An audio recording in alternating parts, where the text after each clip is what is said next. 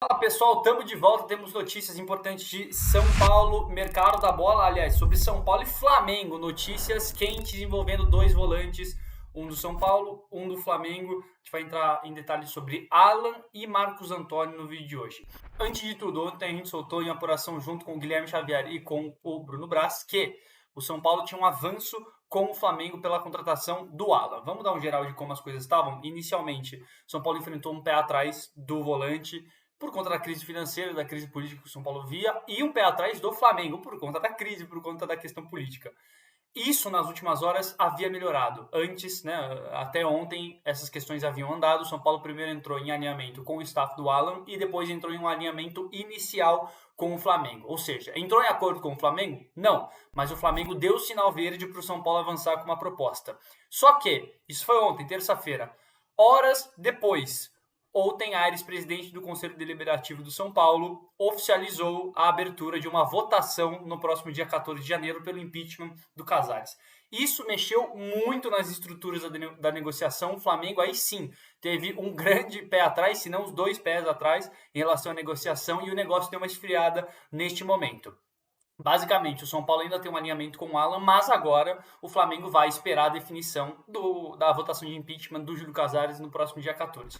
Se você acompanha aqui a gente no UOL, já sabe que o Gabriel Sai e eu publicamos hoje. O São Paulo, a oposição do São Paulo, aliás, tem um pessimismo com relação ao impeachment do Casares e não acredita que vá haver impeachment no próximo dia 14. A oposição do São Paulo vê isso, não há otimismo por um impeachment. Na verdade, o que eles veem é uma possibilidade grande do Casares, no fim das contas, acabar pedindo renúncia. Mas não agora e não por meio de um processo de impeachment. A avaliação é de que não haverá 2/3 do Conselho, 177 conselheiros votando contra o Casares. Isso eu escutei. Isso colocado em pauta. Agora a gente vai falar sobre Marcos Antônio. Tá parado o Alan, certo? O Flamengo, nas últimas horas, fez um contato com o São Paulo pelo Marcos Antônio. O contato foi entre o José Boto e o diretor executivo de São Paulo, Rui Costa. O Rui Costa deixou muito claro para o José Boto: não queremos vender o Marcos Antônio, ele é uma peça importante para o São Paulo em 2026. É um dos pilares do elenco, a verdade é essa, né? Um dos pilares absolutos do elenco do Hernan Crespo para 2026. Ou seja, o São Paulo não quer vender o Marcos Antônio. Eu fui a fundo na apuração. O que eu escutei?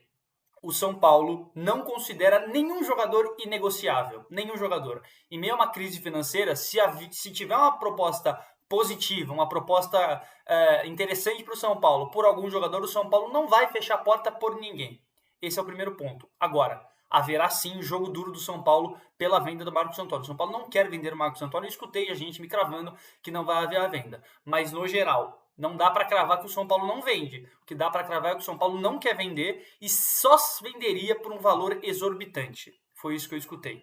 Se a questão vai mudar um pouco de figura nos próximos dias, não sabemos. Mas a resposta do Flamengo foi essa: não queremos vender e ele é importante para a gente. Dito isso, o Flamengo agora avalia se vai fazer uma proposta oficial ou não. Por enquanto não houve proposta. Houve essa sondagem, houve essa investida inicial com o Rui Costa. O Rui Costa aí sim fechou a porta. Mas, como eu falei, se chega uma proposta boa, não dá para cravar que o São Paulo não vende. O que dá para cravar é que o São Paulo não quer vender.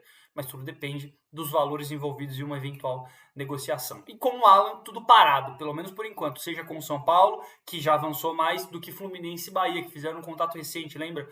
Os dois não avançaram, não tem mais movimentação com relação ao Alan, movimentação mesmo só do São Paulo. Inicialmente, o Flamengo ontem deu um sinal verde para o São Paulo avançar com uma proposta, mas uma proposta que inclusive já havia sido alinhada com o staff, porém, nessas últimas horas, com a possibilidade do impeachment do Júlio Casares, o negócio parou de vez. A promessa hoje é de que tudo isso só vai continuar depois do dia 14. E como eu falei, inicialmente a apuração minha, do Gabriel Sá, do Pedro Lopes, não deve haver impeachment no dia 14. Pelo menos a oposição do São Paulo pensa isso. Tanto a oposição quanto a situação, logicamente. Né? A situação tem confiança de que consegue manter o apoio do Conselho nessa votação que vai ser secreta e presencial.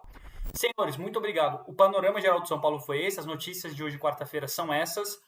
Muita coisa pode mudar nas próximas horas, né? Dependendo do que acaba saindo na mídia, dependendo de como o Júlio Casares vai se segurando na cadeira de presidente. Mas hoje o cenário é esse. O Casares não deve sofrer um impeachment, vai ser muito difícil, a oposição considera muito difícil 2/3 do Conselho votando contra o presidente e, ao mesmo tempo, essas duas negociações, principalmente do Alan, fica parado até o dia 14 e Marcos Antônio, o Flamengo ainda avalia se vai ofertar alguma coisa pelo jogador, mas fato é, o São Paulo não quer vender e inicialmente fechou a porta sim para a investida informal do rubro-negro. Pessoal, tamo junto, muito obrigado pela companhia.